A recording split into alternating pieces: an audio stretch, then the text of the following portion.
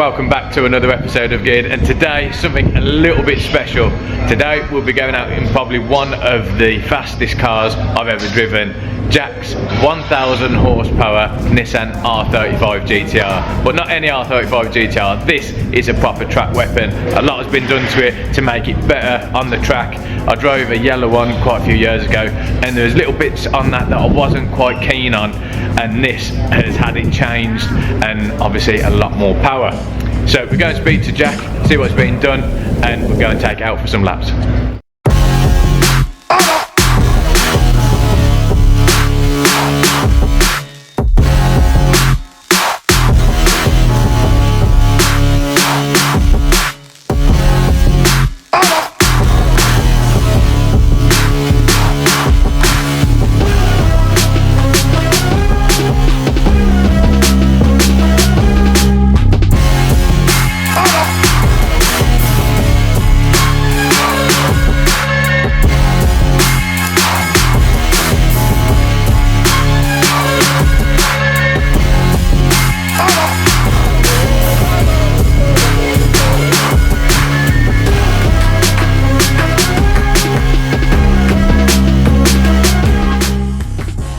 Okay then, Jack, so Nissan R35 GTR, not your normal GTR anymore. No, it's coming along now, bless it. So it's, I think it's gone on a bit of a journey, this thing. It was once upon a time a drag car, and then it turned into a 12k here, and then I just got addicted to track days. So yeah, it started life as a standard GTR. I originally built the engine with a rod conversion.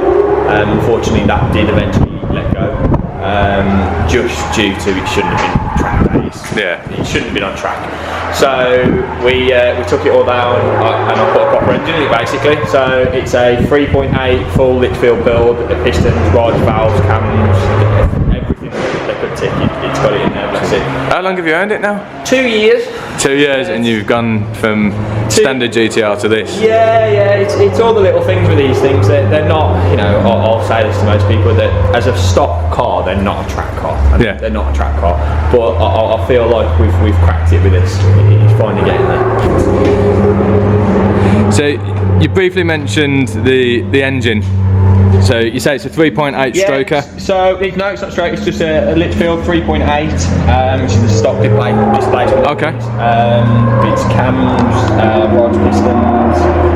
The list goes on, to be honest. They gave me a list and I was like, yeah, let's do it properly. So it revs a lot higher than a standard GTR. Okay. Stock ones rev to about 7.2. This will go all the way to like 8, if not a little bit over. Wow. So it's a proper rev happy engine. No. And power wise, what are we running now? So on its base map, it's just shy of 900 horsepower. So it's I think 896 or something like that. Yeah. And then I've got a push to pass button, which is my little fun button, and that takes it. I've never actually had it on the dyno since we upped the power. Yeah. I should say it's somewhere around the 1100 mark. Well. Or almost 1100, I should hope. Crazy. So talk me through do you know what turbos are on it now? So these are actually standard manifold GT30 turbos. Okay. With bigger compressor wheels. Like I said, the standard manifold. This has actually got new track edition manifolds, which are just, I think they changed the design ever so slightly, which stops them from cracking. Yeah.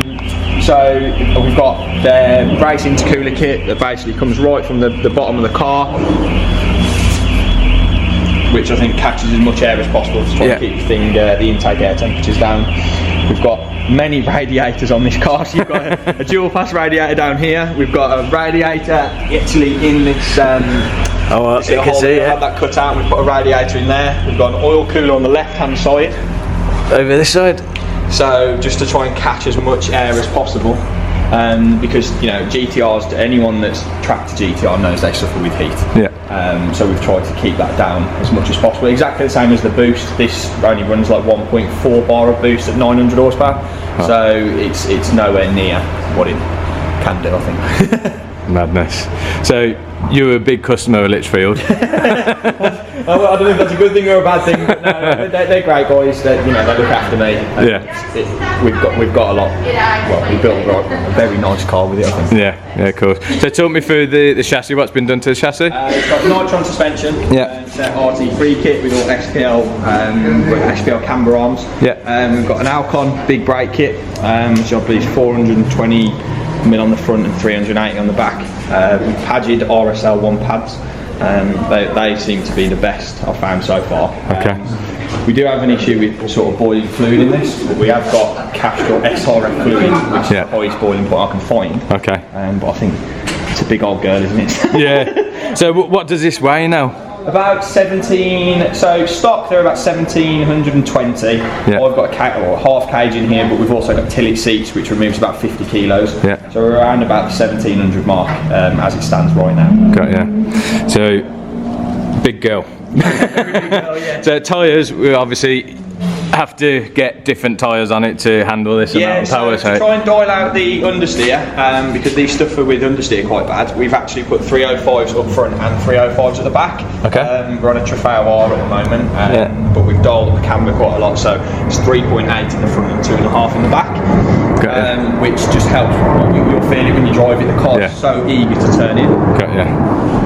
So can we just touch on the interior? Yeah. So I'm going to say it's stock as well. It's relatively stock. No, so we've got Tillet B6 screamers and the XLs, to be honest, because I think they hug me a bit better. Okay. Your Scroff 6-point harnesses. That's actually Litchfield's own cage. It's T45. So it is a properly beautiful little thing. It's matched to the paint code of the car. Yeah, it looks good, that. But to be honest, other than that, it's relatively stock in here. We've got a plumbed-in fire extinguisher system and a gearbox and diff cooler, which are all activated down there. Nice. The gearboxes get very, very hot on these, so that was just an absolute must to try and keep everything down. But it's a relatively, stock cabin. I wouldn't say the seats are made for comfort, to be honest. They look very light, put it that way. 4 kilos. Is that how much they are? 4 kilos. Wow. 4 kilos. That's mad. That's mad. And obviously you can't miss the massive wing on the back now. No, so this is actually an official Nismo GT1 wing on a GT3 mounts. The GT3 wing is just too big for a road car, as I should say. It sticks out massively, so the car wouldn't be road legal. Yeah, I nearly took my head off it doing some cinematics. So yeah, that's all chassis mounted though. So I can I'll get some shots of it. Obviously, it's all welded into the chassis, so it properly creates some downforce. Actually, my friend's got a slow-mo of me coming down the pit straight, and you can actually see the whole rear of the car just pushing down. Oh yeah, so nice. It definitely works. At the rear of the car, we've got the actual coolers I was talking about earlier. Yeah. So my coolers are actually under the back of the car. Okay. We've got a gearbox cooler and a diff cooler on the other side. Okay. Which grabs all the air from the underneath of the car. And well, it does keep it relatively as cool as it can be. I could probably say it's As soon as you switch the power up, it's hard to keep any car like this cool, but it does such a brilliant job of it. So this is like a carbon skin now, yeah? Full carbon boot, but you literally just pop it off. I seen a picture the other day. So if I pop this off, you can actually see it's. People are going to moan now because they will take this off, drag it up, but yeah, so that's the rear of the... Oh, proper job that, isn't it? Yeah. Wow. And then all my fire extinguisher systems all plumbed in. Nice. Well, I was going to say you can't fit any suitcases in there, but if we went away this weekend, literally, you just take this off, it takes 5 minutes, and get everything in there. It's brilliant. Fair play, fair play. What exhaust we got on it? We just touched on a few other bits. Litchfield 102 system. So a lot of people have heard of their triple silent system. Yeah. This has actually got one. They don't make a quadruple system, but this has got one extra silencer in it just to try and keep it under. Okay. So we noise tested it at Castle Coombe last week, and on full chat it's like 96 decibels, which is brilliant. That's not bad, is it? It's brilliant for going. It struggles with Donington on a normal silence day because of the intake noise. As soon as you ramp the boost up, it's so loud. Yeah, I bet. What wheels are there as well? Sorry, we missed that bit. No, so the wheels, these are actually the latest Nismo wheels off the 2021 cars, 2022 cars, but I've actually got 2 sets of rear wheels. So they're both rears. Oh, they're both rears? Yeah, okay. I think the rears are 10.5J. Yeah. To put 305s on the front, I had to put rears on it, and I also had wider wings on it. Oh, they're wider wings, It looks very OEM. Yeah. They're actually wider front wings as well to fit the 305s on the front. Brilliant. So we just touch on the front again, because I've just noticed, well, you can't really miss it really, the massive splitter. Yeah, so this is a Litchfield LM, I think it's their LM20 splitter, and these are APR canards. And then a good friend of mine, Mark, actually made this for me, which is, it's all chassis mounted, so you can stand on it, everything. So it's not an issue. I always feel a bit, think he's standing on it, but you can stand on it. I have done it, but it did worry me a bit. But I've tried to balance out, obviously, having probably the biggest wing you can fit on a road car on, and it's done a really good job of it. I mean, for a track car or track toy, having 1,000 horsepower under your right foot, it's too much, is the honest answer. So if I was to be brute, like, because I'm doing time attacking it this year, yeah, I'll switch the power down. You don't need it. Power. You just don't. Like I say, I've had this car from stock, and it's been lovely to sort of watch it develop. And it's been so many different things along the way. But I feel like we've finally cracked it, and I really do, because it's not easy to do something like this. A track car, M2s, all that kind of stuff. They're brilliant. They're built for it. Nissan GTR, brilliant on the road. They fall to bits on the track in the stock form. So I feel, well, you'll be the judge of it because you've obviously driven another one, but I feel like it's as close as you can get to a road legal race car. I think it is, to be fair. It does a good job of it. Yeah, it looks absolutely mega as well, mate. It does look, well, the looks I get on the road is, I don't know if it's a good thing or a bad thing, to be honest. I don't know if I'm probably thinking I've got something wrong with me. But yeah, it does look, I'm chuffed with it, I honestly am. Nice one, mate. Well, I'll look forward to this then. Cheers, mate. You'll have fun. R35 GTR. Got to do a couple of laps, get these Trofeo Rs warmed up, because they are not great at warming up quick at all. But straight away, driving position is really nice. These seats are actually really comfortable. And today we're on the GP circuit. So this hasn't got the little chicane before the straight, so we've got to go round and round a big hairpin. So we've got to stay to the right as we come down here.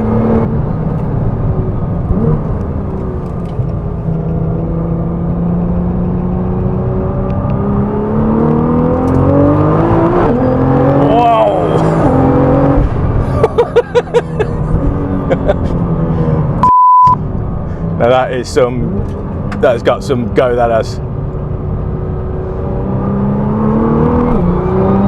That's third gear, well, literally digging me in the stomach.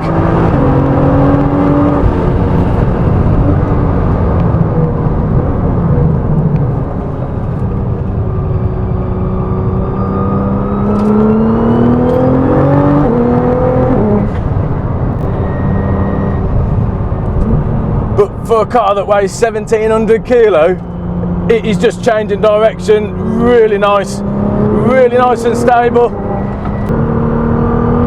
Taking it easy, building up. Oh, that acceleration is absolutely savage. That is like motorbike acceleration, that is.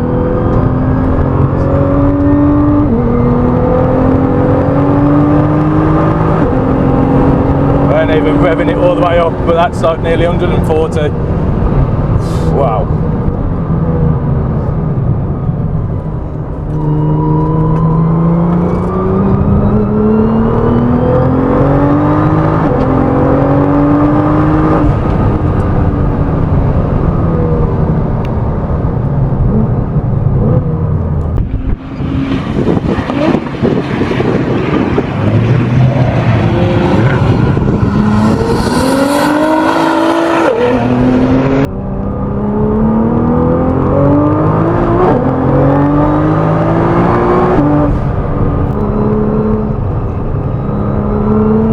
Is coming around really nice. Wow, that is fast, man.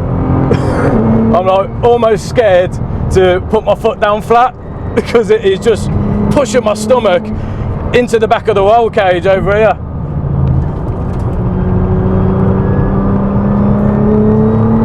That is quick that is.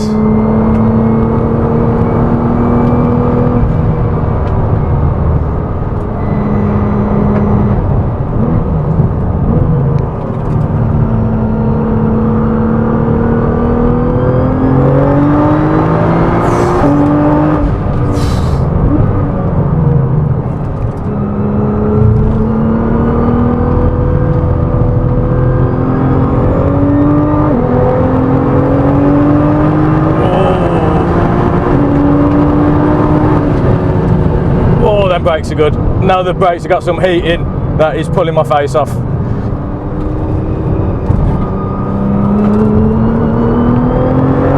Oh. Jesus. It feels so stable, nice and easy, but you've got to concentrate, there's so much power.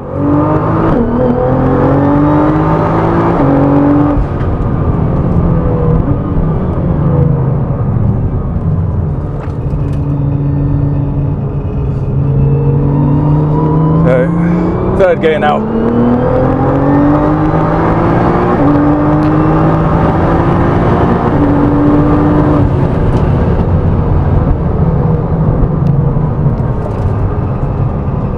Yeah, tyres are coming on nice now, gripping, that's what we like.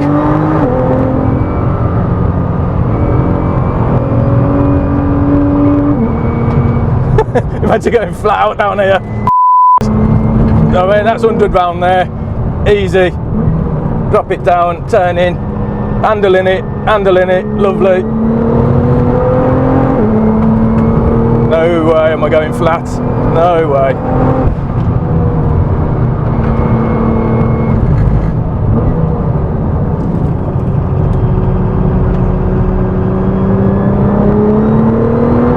The turning in is so good, doesn't feel like it's understeering or oversteering, and I think like sometimes these can really suffer with understeer, but it's been literally pushed out. 130, 140, hard on the brakes. Okay, now this is one of the fastest cars I think I've driven around here.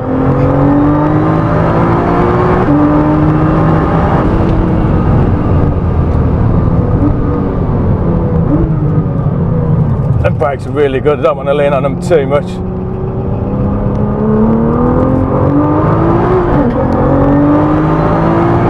Let's try this push the pass button then, see how much more horsepower it gives. So I've got to press and hold cancel as I'm in a straight line. So let's see. So foot flat now, push the pass. Whoa, okay. Okay, that definitely gives it a bigger dig, that.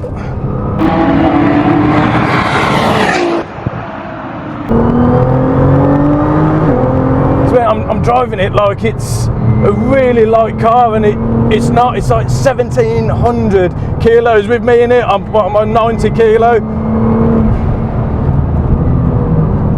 and it is so sharp. Litchfield have built an absolutely brilliant car here. Onto the brakes, not even pressing the brakes hard at all, and it is handling. And in a car like this that weighs a lot, you're having to brake a lot earlier because you're carrying so much more speed. That 122 down here then.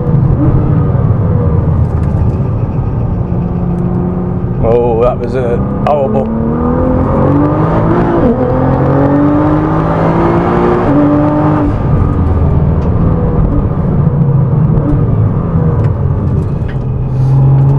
Put it in third, get in a straight line and press the push to pass. So flat now.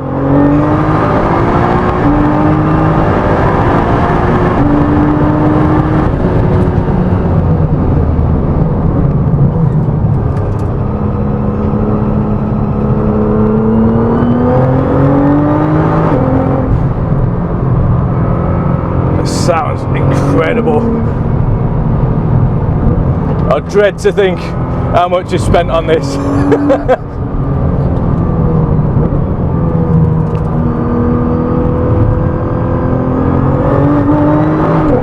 Bit of traction control kicking in a bit there. So this is on ECU Tech or Ecotech.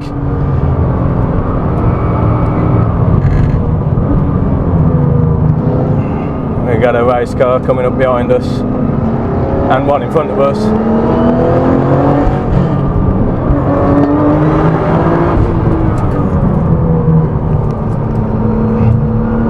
See how much we can leave him behind here.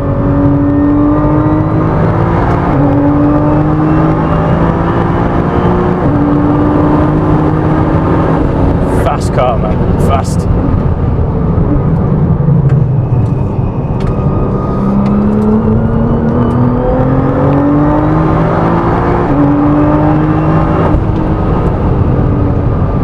One more lap. The noise this makes is unbelievable, and it just like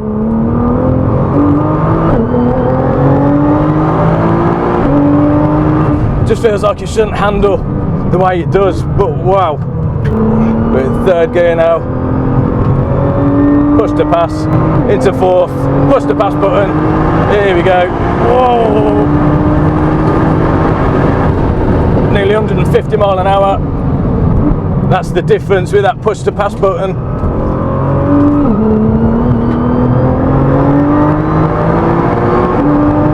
It's already used half a tank of fuel. I was just worried about pushing it too much because of how much speed you can gain. Wow, what a car. And for what it is, 1,000 horsepower on a track day, is it too much? Like, I think a little bit, yeah, it is a little bit too much. You don't need that much. I don't feel like I can push it to its full potential because it's got too much power.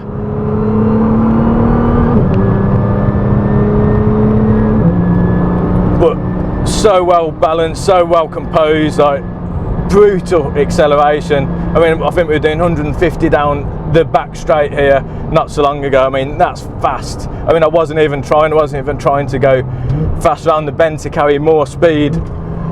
But what a machine. You really feel that back wing pushing down as well once you're getting up to some speed.